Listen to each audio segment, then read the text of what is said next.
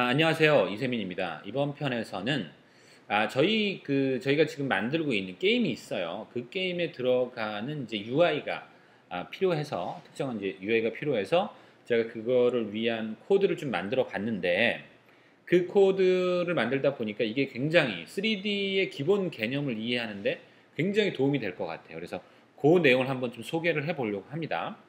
그 어떤 내용인가 이제 먼저 한번 그 화면을 보시면 자, 요런 겁니다. 지금 원으로 이렇게 이걸 이제 어떤 경우나 게이지가 되겠죠. 여러 가지 HP라든가 뭐 이런 것들을 원의 형태로 해서 채워주는 요런 UI예요. 요런 UI들이 이제 쓰이는 경우가 종종 있겠죠. 게임에서는. 그래서 근데 요거를 이제 어떤 방식으로 만드느냐. 만드는 방식도 여러 가지가 있을 텐데 저는 그 실제로 삼각형 하나하나들을 그려가지고 요런 그 원이 채워져 나가는 이런 거를 구현을 해봤어요. 요게 이제 여러분들이 그 3D의 기본적인 개념, 그 점들을 연결을 해서 그걸 삼각형을 만들고 그 삼각형들이 메쉬를 이룬다. 이러한 그 기본적인 개념들을 이해하기에 굉장히 도움이 될 것 같아서 여러분들한테 이 내용을 한번 소개를 해드리려고 합니다. 자, 그래서 이걸 한번 만들어 볼 텐데 제가 이제 미리 만들어 놓은 코드가 있어요. 그래서 이거를 일단 좀 적게 내용을 적게 해서 12개의 조각으로 해서 한번 실행을 해놓고 다시 한번 좀 간단하게 설명을 드릴게요. 12개의 조각이라도 꽤 원처럼 잘 보이네요. 네, 더 줄이겠습니다. 12개보다 더 줄여서 6개. 저장이 안 됐군요, 지금.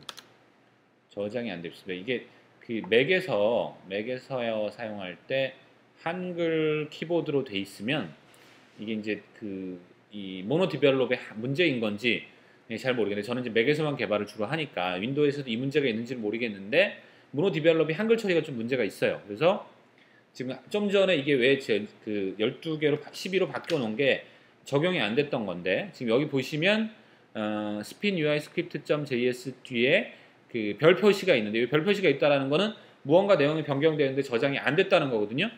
근데 아까 한글 자판 형태였어요.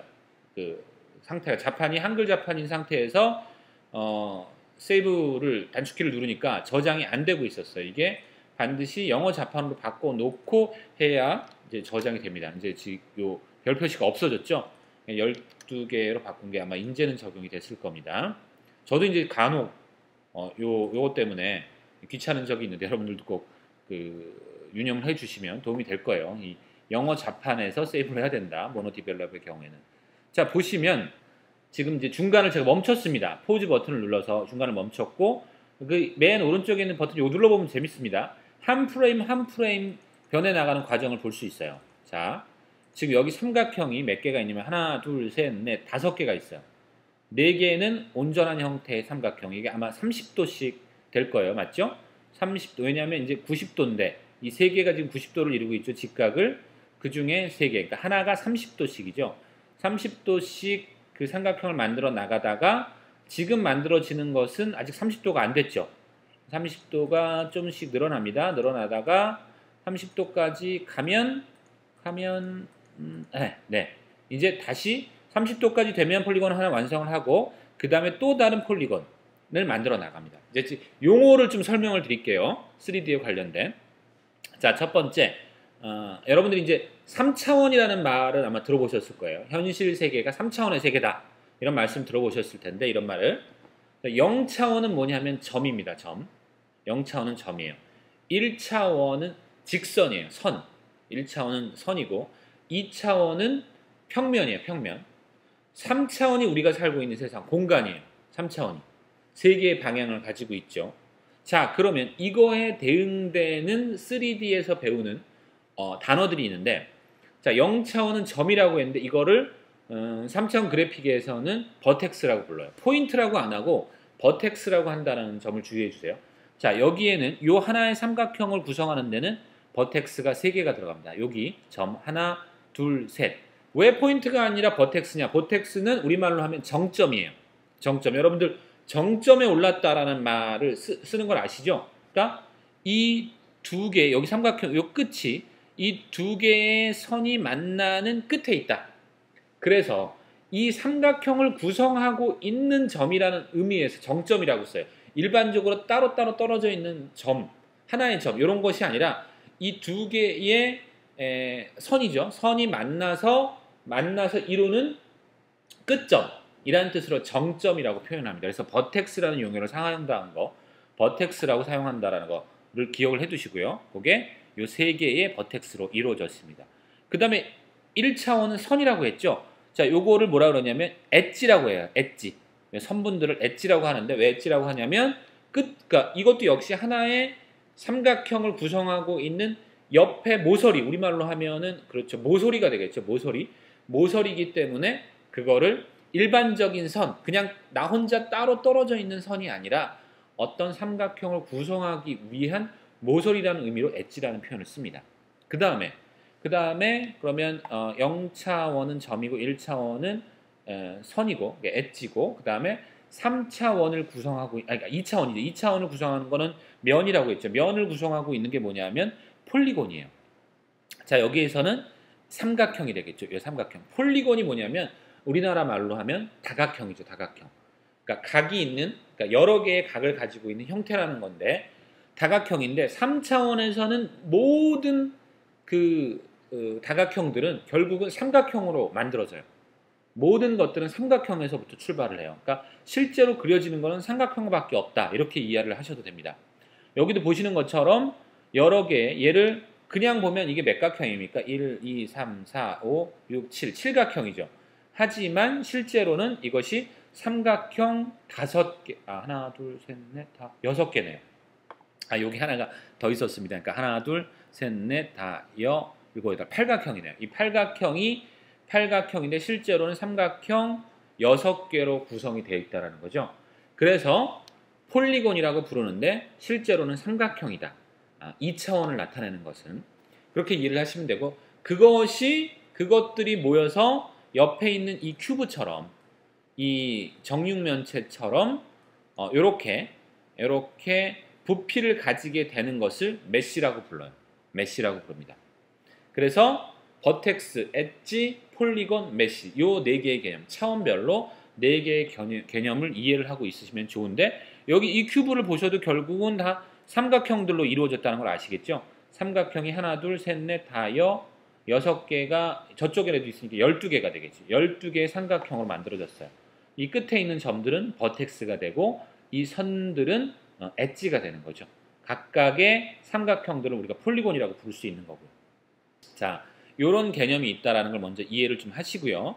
자, 그 다음에 그럼 실제로 어떻게 이 UI를 하나씩 이렇게 그려 나가는지를 한번 코드를 보면서 한번 같이 이제 해볼 텐데요. 그 전에 우리가 준비를 할 것이 있습니다. 자, 여기서 제가 실제로 지금 UI를 그리고 있는 놈은 뭐냐면 스핀 UI라고 제가 미리 만들어 놓은 게임 오브젝트예요. 게임 오브젝트를 제가 하나 더 만들어 보겠습니다. 똑같은 걸 create empty로 해서 비어있는 게임 오브젝트를 하나 만들 거예요. 여기는 그냥 스핀 UI 2라고 할게요. 똑같은 역할을 할 거니까 스핀 UI 2라고 해서 비어있는 게임 오브젝트를 하나 만들어 놓고 지금 스핀 UI 원래 거에 보시면 뭔가 내용들이 들어있어요. 스핀 UI 2에는 그냥 트랜스폼이라는 거 아시죠? 위치와 뭐 로테이션 값, 스케일 값을 갖고 있는 트랜스폼이라는 기본적인 값만 갖고 있는데 스핀 UI에는 뭔가 더 있습니다. 스크립트는 뭐 당연히 이따가 붙이면 되는 건데 메쉬 필터와 메쉬 렌더러라고 하는 컴포넌트가 부착이 되어 있어요. 자, 똑같이 한번 부착을 해봅시다. 스핀 UI 2에다가 이번엔 컴포넌트 항목으로 가셔서 그러니까 반드시 이거는 게임 오브젝트를 하나 선택을 하고 난 다음에 아무것도 선택이 안 돼 있으면은 활성화가 안 되죠. 실제 내용에 가서 붙일 수가 없어요. 게임 오브젝트에만 컴포넌트를 붙일 수 있기 때문입니다. 자, 그래서 스핀 UI2를 선택을 하고 컴포넌트를 가시면 메쉬의 첫 번째 메쉬에 메쉬 필터, 텍스트 메쉬, 메쉬 렌더러가 있죠. 메쉬 필터가 뭐냐면 메쉬의 정보를 담고 있는 놈이에요. 자, 메쉬 필터를 선택을 해주세요. 자, 그러면 스핀 UI2의 메쉬 필터라고 하는데 놈이 만들어졌고 그 안에 논이라고 되어 있죠. 메쉬가 없어요. 우리가 뭐 메쉬를 달아준 게 없잖아요. 일반적으로는 게임을 만들 때 어떻게 하냐면 뭐 3D 스튜디오 맥스 같은 그 3D 모델링 툴에서 그래픽 디자이너들이 3D 모델을 만들어요. 뭐 자동차라든가 뭐 공룡이라든가 캐릭터라든가 이런 걸 만듭니다. 이거를 맥스에서 익스포트를 해요. 보통 이제 FBX라는 파일 포맷을 많이 씁니다. 이 파일 포맷으로 익스포트를 하면 그걸 유니티에서 받아들여서 씁니다. 우리가 직접 메시를 만들거나 하는 일들은 실제로는 많지 않아요. 대부분은 그래픽 디자이너가 만들어준 것을 가져다가 쓰기만 하면 됩니다. 자, 그런데 저희는 직접 그 메시를 만들어 보는 걸 코딩으로 작업을 해보겠다 이거죠. 자, 그럼 또 하나 이제 준비 작업이 필요한데, 메시 필터는 메시를 담고 있는 거고요. 그대로 컴포넌트를 하나 더 추가를 하는데, 이번에는 메시 렌더러를 추가를 합니다. 자, 메시 렌더러가 하는 역할은 뭐냐면, 내가 지금 가지고 있는 메시를 렌더링한다. 렌더러라는 게 나타내 준다라는 뜻이에요. 그러니까 실제로 화면상에 보여주게 하는 거죠. 그래서 메시 필터만 있어서는, 메시만 있어서는 아무것도 나타나지 않아요. 메시 렌더러가 있어야 화면상에 나타나집니다. 그래서 혹시라도 직접 자기가 만들었는데 왜 화면에 안 보여주지? 라고 생각한다면 그건 메시 렌더러가 없기 때문이에요. 이건 꼭 기억을 해 두시기 바라고요. 일단은 여기까지 하고 다음 편에서 실제로 코드를 적용하는 부분을 보도록 하겠습니다.